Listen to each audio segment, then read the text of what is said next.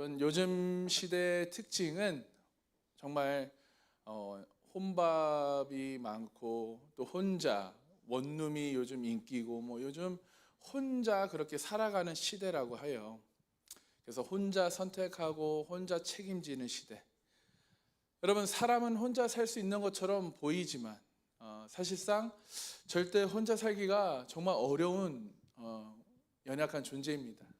기쁠 때는 누군가가 필요하죠. 함께 기뻐할 사람이 필요해요. 또 힘들 때는 더더욱 누군가가 필요해요.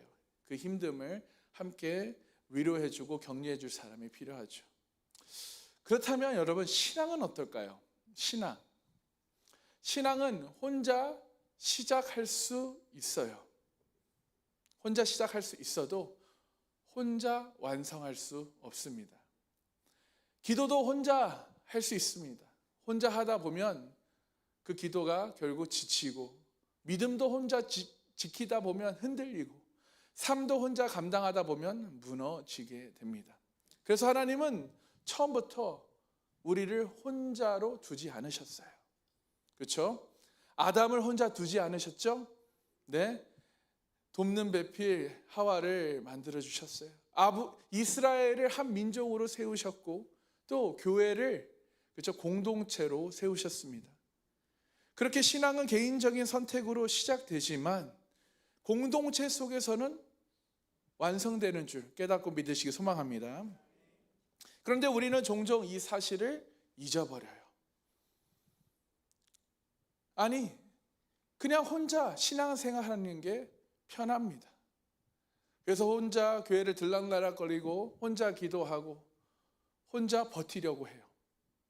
그 결과 쉽게 지치게 되고 쉽게 무너지고 쉽게 포기하게 될 수 있습니다. 그런데 오늘 본문은 아주 특별한 장면이 나와요. 포로에서 돌아오는 사람들의 명단이죠. 읽어보면 이름이 계속 나옵니다. 누구의 아들 누구, 누구의 집안 몇 명, 이름 하나하나가 기록되어 있어요. 우리는 이런 본문을 읽을 때 어떤 생각을 드십니까? 혹시 왜 이런 이름들이 기록되어 있는가라고 생각하십니까? 아니면 따분하다, 그냥 패스하고 그냥 결과만, 그렇죠? 어떻게 됐는가, 이름을 읽지 않고. 이름도 어려워요, 그렇죠? 얼마나 어려워요.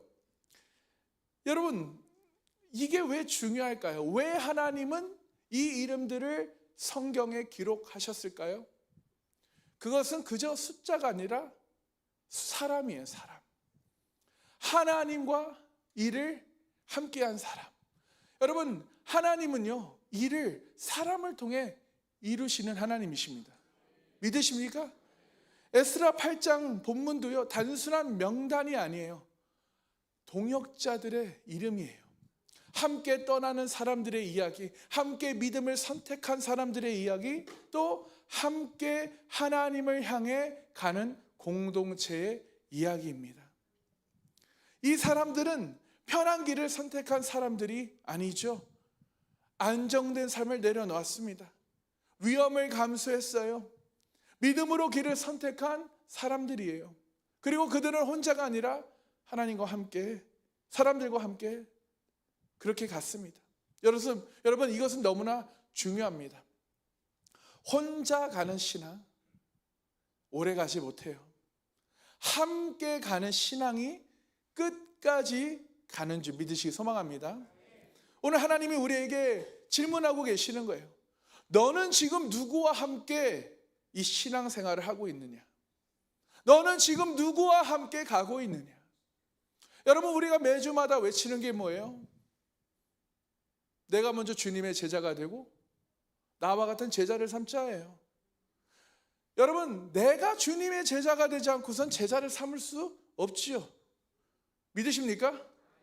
내가 주님의 제자가 되지 않으면요, 제자 삼는 것 어려워요. 그처럼 내가 하나님과 동행하려고 노력해야 나도 누군가를 나와 함께 그 하나님의 길로, 하나님이 이끄시는 그 길로 우리가 같이 갈 수 있지 않겠습니까? 여러분은 지금 하나님과 함께 가고 있으십니까? 공동체와 함께 가고 있으세요?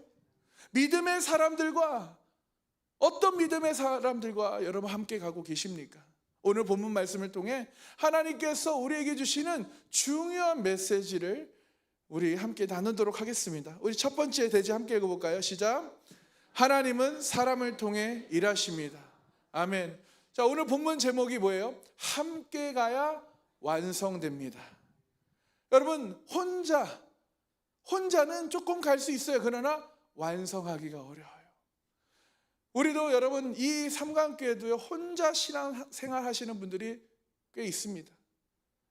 공동체에 들어가지 않아요. 셀에 들어가서 협력하지 않고 자기 혼자의 신앙생활, 자기 믿음 생활, 나는 내가 여기까지, 나는 이 정도면 충분해 라고 생각하고, 정말 이 삼강교회에도 정말 많다라는 거예요. 여러분, 그러나 하나님은 누구를 통해 일하셔요? 사람을 통해 일하십니다. 그렇죠? 1절에 보세요. 아닥사스다 왕이 왕위에 있을 때 나와 함께 바벨론에서 올라온 족장들과 그들의 계보는 이러하니라. 자, 이 본문을 자세히 보면 한 가지 중요한 사실이 보입니다. 이 사람들은 그냥 기록된 사람들이 아니라 바벨론에서 나와 올라온 사람, 바벨론에서 올라온 사람들의 명단이에요. 이 말은 무엇입니까? 익숙한 곳을 떠난 사람들, 안정된 삶을 내려놓는 사람들, 믿음을 선택한 사람들이라는 것이에요. 여러분, 이들은 특별해서 쓰임받은 것일까요? 특별해서 쓰임받은 것이 아닙니다. 자신들이 결단했기 때문에 쓰임받은 것이에요. 1절에 올라왔다라는 표현은 단순한 이동이 아니에요. 방향의 변화, 삶의 전환, 그리고 믿음의 선택을 의미하는 것입니다. 여러분, 그 당시 바벨론은 어떤 곳입니까? 그 당시 바벨론은요, 너무나 먹고 사는 것이 너무나 풍족한 곳, 안전한 곳, 비교적 안정된 곳이에요. 정착한 곳이에요. 그런데 왜 그들이 그곳을 떠났나요? 하나님의 뜻 때문이에요. 하나님의 성전 때문이에요. 사랑하는 성도 여러분, 여기서 중요한 질문이 우리에게 있어요. 왜 어떤 사람은 떠나고 왜 어떤 사람은 남았을까요? 답은 단순해요. 여러분, 어떤 사람은 이렇게 떠나고 또 어떤 사람은 그곳에 남습니다. 왜 남았습니까? 왜 떠났습니까? 조건이 아니라 바로 결단. 하나님은 준비된 사람만 사용하지 않으셔요. 완벽한 사람도 아니고 능력 있는 사람도 아닌 하나님이 찾으시는 사람은 떠날 수 있는 사람, 내려놓을 수 있는 사람, 하나님의 말씀에 순종할 수 있는 사람, 즉 결단하는 사람이라는 것이에요. 여러분, 아브라함을 보십시오. 어느 날 하나님께서 아브라함에게 나타나셔서 아브라함을 부르셔요. 너는 너의 고향과 친척과 아버지의 집을 떠나라. 어디로요? 내가 너에게 보여줄 땅으로 가라. 어디인지 말씀하시지 안 하고 보여줄 땅으로만 가라는 거예요. 고향, 친척, 아비의 집을 떠난다는 것. 여러분, 상상을 한번 생각을 해보세요. 이미 안정된 삶이 있고요, 가족이 있고요, 익숙한 환경입니다. 그런데 하나님은 떠나라, 보여줄 땅으로 가라. 여러분, 이 말씀에 순종하실 수 있는 분이 얼마나 되는지는 모르겠지만 구체적인 계획 없어요. 보장, 안전 보장하셨나요? 안 하셨어요. 그런데 아브라함이 어떻게 반응합니까? 계산하지 않고 묻지 않고 지연하지 않고 떠납니다. 여러분, 이것이 믿음이지요. 결과를 보고 움직인 것이 아니라 하나님의 말씀을 듣고 움직였습니다. 그리고 그 한 번의 결단이요, 그 아브라함 한 사람의 인생을 바꾸고 그 아브라함을 통해 한 민족의 역사를 만들고 그리고 결국 하나님의 구속사를 열어요. 할렐루야. 사랑하는 성도 여러분, 하나님은 완벽한 아브라함을 부르신 것이 아니에요. 하나님께 훈련받은 아브라함도 아닙니다. 그저 하나님의 부르심 앞에 결단한 아브라함을 사용하신 것이죠. 여러분께 적용 질문 드립니다. 나는 지금 무엇을 붙잡고 있어서 하나님의 부르심 앞에 머뭇거리고 있으십니까? 라는 질문이에요. 한번 옆 사람에게, 여러분, 당신은 무엇 때문에 하나님 앞에, 그 부르심 앞에 머뭇거리고 있습니까? 한번 물어보세요. 답해 주나? 한번 물어봐요. 그냥 무엇 때문에, 뭐 때문에 여러분의 순종을 머뭇머뭇하고 계십니까? 한번 물어보세요. 정말. 진짜 그 시간을 드립니다. 지금 한번 물어보셔요. 한번 답하시나? 여러분 되게 우리는 하나님의 그 부르심 앞에 계산합니다. 그리고 내 가족을, 저 같아도 지금 선교지로 가라면 제 아들들 어떻게, 하나님, 정말 그 생각이 먼저 들 것 같아요. 내 아내와 내 아들들 두고 같이 가면 좋겠지만 그렇죠? 같이 가면 되겠군요. 할렐루야. 왜 혼자 갈까 생각하고 있죠? 할렐루야. 맞아요. 같이 가면 좋겠지만 같이 같이 가야죠. 그렇죠? 여러분, 아무튼 에스라 8장에 기록된 사람들은 특별한 사람이 아니에요. 뭐 어떤 재력이 있는 사람, 뭐 권능이, 능력이 있는 사람이 아니에요. 단지 한 가지, 바로 결단하고 그렇게 행동한 사람들이에요. 그래서 그들은 바벨론을 떠났고요, 믿음을 선택했습니다. 그리고 하나님의 길을 따랐죠. 그래서 그들의 이름이 하나님의 역사 속에 기록된 것입니다. 여러분, 오늘 하나님이 여러분들에게 이렇게 질문하셔요. 너는 떠날 수 있느냐? 너는 너가 가진 것을 다 내려놓을 수 있느냐? 너는 하나님의 말씀에 순종할 수 있느냐? 여러분의 대답은 무엇입니까? 여러분, 진심으로 하나님께 결단하기를 원하시는 분들 계시길 소망합니다. 그래서 이렇게 결단하길 바라요. 주님이 말씀하시면 다 내려놓겠습니다. 주님, 믿음으로 나아가기를 결단합니다. 아멘. 오늘 이 시간 하나님 앞에 진심으로 결단하는 사람 위에 여러분 새로운 길이 열리고 새로운 하나님의 역사가 시작되기를 주님의 이름으로 축원합니다. 아멘. 두 번째입니다. 우리 대시 함께 읽어볼까요? 시작. 하나님은 질서와 헌신된 구조 속에서 일하십니다. 아멘.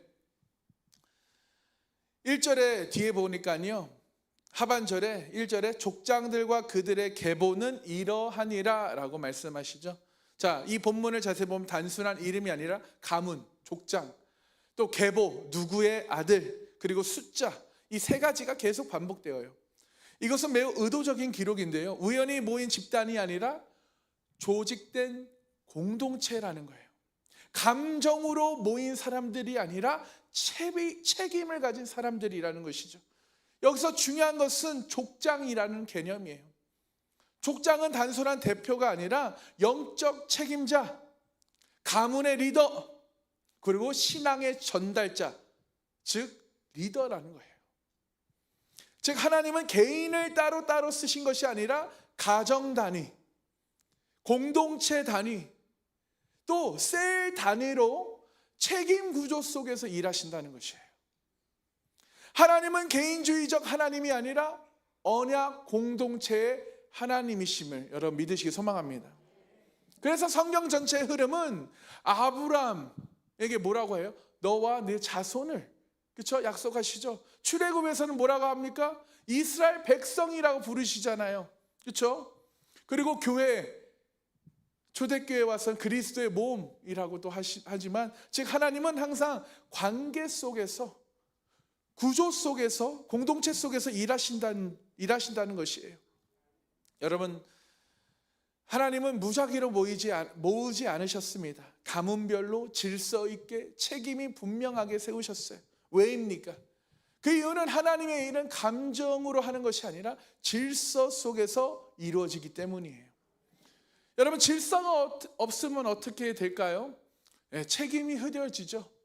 방향이 흔들리게 됩니다. 그래서 아무리 열심히 해도요, 질서가 없으면요 지속되지 않는 거예요. 완성되지 않습니다. 반대로 질서가 있으면 책임이 분명해지고 역할이 살아나고 방향이 정리가 되는 것입니다. 그래서 하나님은 일을 더 빠르게가 아니라 더 정확하게 진행하셔요. 사랑하는 성도 여러분, 우리는 신앙을 어쩔 때 감정적으로만 생각할 때가 많아요. 은혜 받으면 움직여요. 막 내게 은혜가 있고 뜨거운 눈물을 흘리고 하면요, 막 감동이 있으면 헌신하고요, 섬기고, 분위기가 좋으면 또 참여합니다. 감정적으로 신앙생활을 하는 사람들이 요즘 너무 많다라는 거예요. 지금도 여러분 어떤 기분 안 좋은 감정이 와서 이렇게 지금 표정이 그러신 거예요? 네? 지금 하나님께 예배 내려왔는데 이렇게 지금 진지하게 지금 하셔야 돼요? 기쁨으로. 여러분께 기쁨이 넘쳐야 돼요. 할렐루야. 너무 지금 막 저를 막 진지하게 너무 막 그렇게 표정이 썩소가 아닌 좀 밝게 좀. 할렐루야. 여러분, 성경에서 하나님의 일은요, 지속 가능한 구조 속에서 완성된다라고 말씀하셔요. 여러분, 열정은 시작하게 합니다. 그러나 하나님의 질서는 지속하게 하는 거예요. 자, 감정은 우리를 움직이게 해요. 분위기는 우리를 움직이게 하지만 그러나 그 구조는 끝까지 가게 하는 것입니다. 그래서 하나님은 사람만 부르신 것이 아니라 질서까지 세우신 하나님이에요. 그래서 하나님을 질서의 하나님이라고 하시죠. 여러분, 많은 그리스도인들이 여러분 요즘 날 무너진 이유가 무엇인지 아십니까? 믿음이 없어서가 아니에요. 지속할 구조가 없기 때문입니다. 훈련되지 않았기 때문이에요. 여러분, 예루살렘 성벽이 무너졌을 때 누가 등장하죠? 누가 52일 만에 성벽을 재건하죠? 느헤미야예요. 그렇죠? 여러분, 근데요, 놀라운 방법을 사용해요.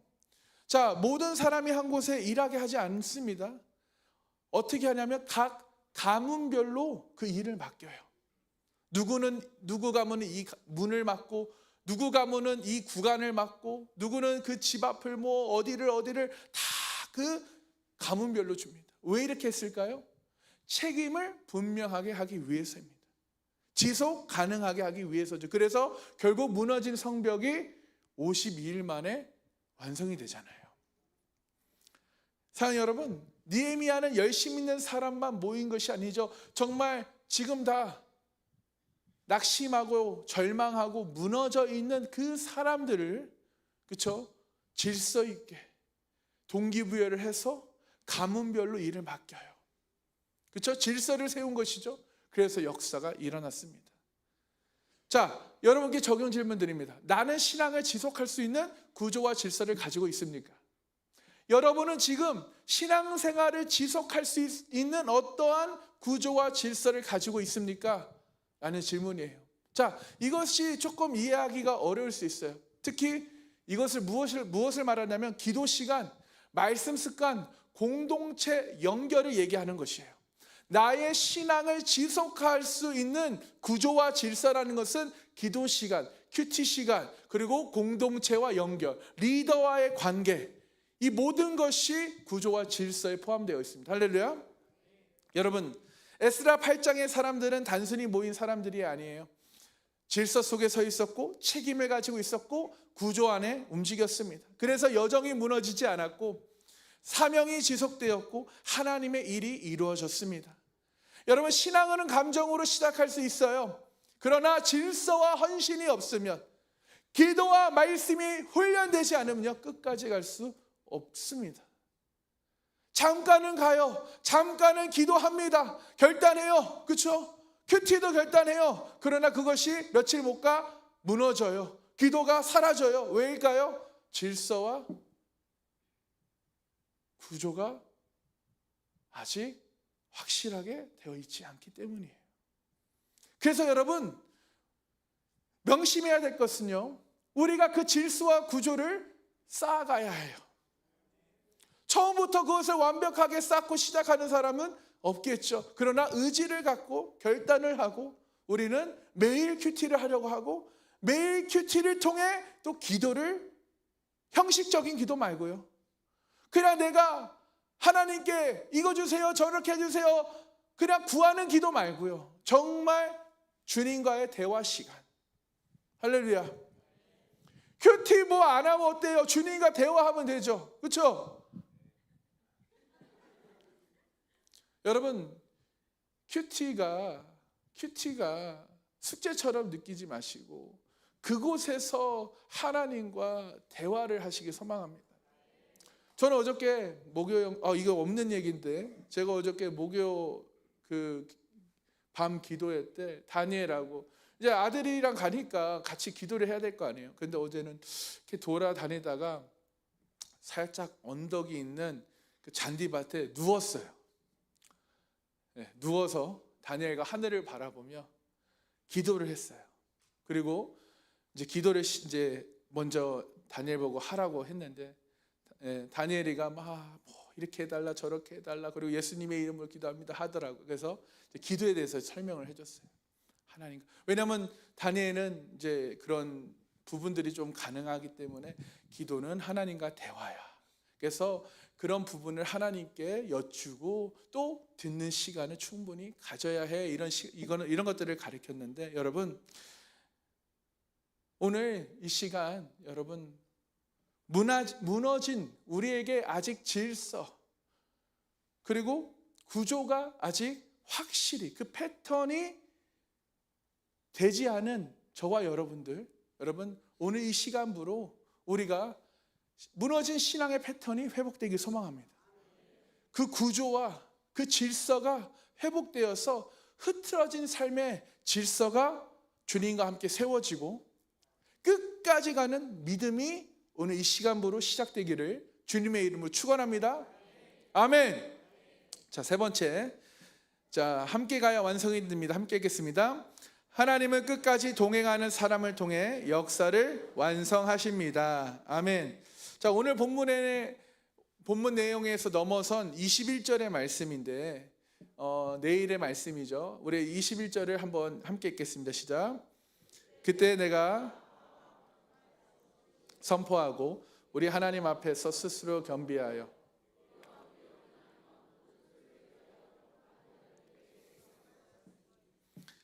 자, 에스라 8장의 흐름을 보면요 아주 중요한 전환점이 나와요. 사람들이 모였고 질서가 세워집니다. 그런데 에스라는 바로 출발하지 않고 멈추어요. 그리고 무엇을 합니까? 금식을 선포합니다. 즉 하나님께 기도했다라는 것이에요. 자, 왜 에스라는 이 시점에서 기도를 했을까요? 이유는 이 길은 안전한 길이 아니기 때문이죠. 이 여정은 보장된 길도 아니기 때문이에요.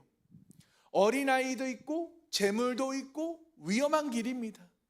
그래서 에스라는 이렇게 고백해요. 22절에 이는 우리가 전에 왕에게 이르기를 아뢰기를 우리 하나님의 손은 자기를 찾는 모든 자에게 선을 베푸시고 자기를 배반하는 모든 자에게는 권능과 진노를 내리신다. 즉 에스라는 알고 있었어요. 사람으로 또 환경으로는 안 된다라는 것을, 하나님이 함께 하셔야 된다라는 것을 에스라는 알고 믿고 있었습니다. 그렇습니다. 여러분, 결단만으로는 부족해요. 어떻게 보면 질서만으로도 부족할 수 있어요. 시작은 할 수 있습니다. 유지는 할 수 있어요. 그러나 완성은 하나님과의 동행으로만 가능한 것이에요. 큐티요, 기도요, 우리의 의지로 할 수 있어요. 그러나 그곳에서 하나님과 깊은 교제로 나아가야 하는 것이에요. 그래서 신앙의 핵심은요, 무엇을 하느냐가 아니라 누구와 가느냐예요. 무엇을 하느냐, 얼마나 하느냐가 아니에요. 내가 거기서 주님과 함께 하느냐, 주님과 동행을 하느냐, 주님의 말씀을 듣고 순종하느냐. 할렐루야. 여러분, 에스라는 왕에게 호위병을 요청할 수 있었습니다. 그러나 그렇게 하지 않았어요. 왜요? 하나님이 우리를 지키신다 라고 말했기 때문이에요. 그래서 그는 사람을 의지하지 않고 금식하며 기도합니다. 하나님께 맡기고 하나님만을 의지하며 구해요. 그리고 결국 23절에 그러므로 우리가 이를 위하여 금식하며 우리 하나님께 간구하였더니 그의 응답하심을 입었느니라. 여러분, 저는 이것이 정말 진짜 믿음이라고 생각해요. 준비는 하지만 의지는 하나님께 두는 것. 하나님을 의지하며 내가 준비를 하며 하나님께서 이것을 채우시고 인도하시고 역사하여 주시옵소서. 그러나 내 뜻이 아니라 하나님의 뜻대로 하옵소서. 여러분, 역대하 20장을 보면 어느 날 여러 나라가 연합해서 이스라엘을 공격해요. 유다를 그때 공격하죠. 자, 이건 단순한 전쟁이 아니에요. 수적으로도 비교가 안 됩니다. 전략으로도 답이 없는 전쟁이었어요. 인간적으로 이미 끝난 상황입니다. 그때 여호사밧의 반응을 우리 함께 읽어보겠습니다. 역대하 20장 3절 함께 읽겠습니다. 시작. 여호사밧이 두려워하여 여호와께로 낯을 향하여 간구하고 온 유다 백성에게 금식하라 공포하며. 아멘. 여러분, 왕은 군대를 먼저 움직이지 않아요. 전략을 세우지 않습니다.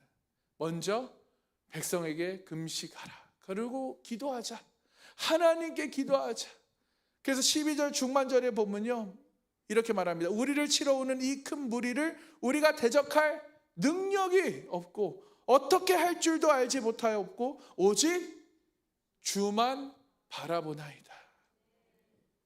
여러분, 이 고백이 무엇입니까? 자신들에게 능력이 없다라는 것을 인정해요. 하나님만을 바라봅니다. 하나님만 의지한다는 선언이지요. 그때 하나님이 이렇게 말씀하십니다. 15절 함께 읽겠습니다.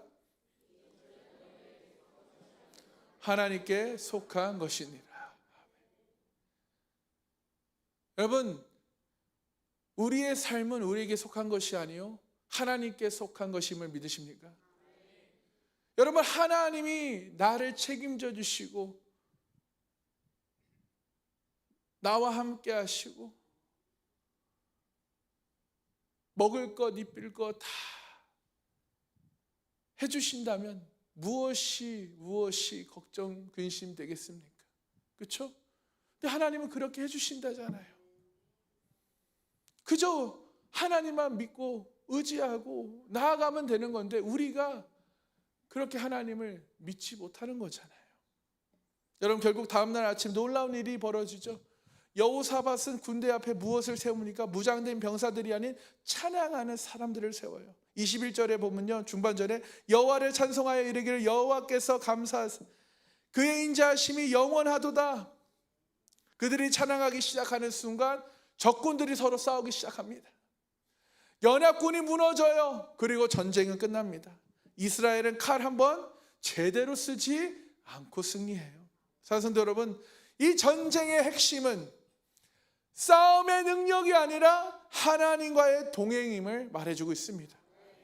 여호사밧은 전쟁을 준비하지 않은 것이 아니에요. 그는 더 중요한 것을 준비했어요. 무엇을 준비했나요? 하나님과 함께하는 것을 준비했어요. 여러분께 적용 질문 드립니다. 나는 지금 누구를 의지하며 살아가고 있습니까? 나의 능력입니까? 나의 조건입니까? 아니면 하나님입니까? 여러분, 하나님 한 분만을 의지하며 살아가시는 우리 복된 성도님들 되시기 소망합니다.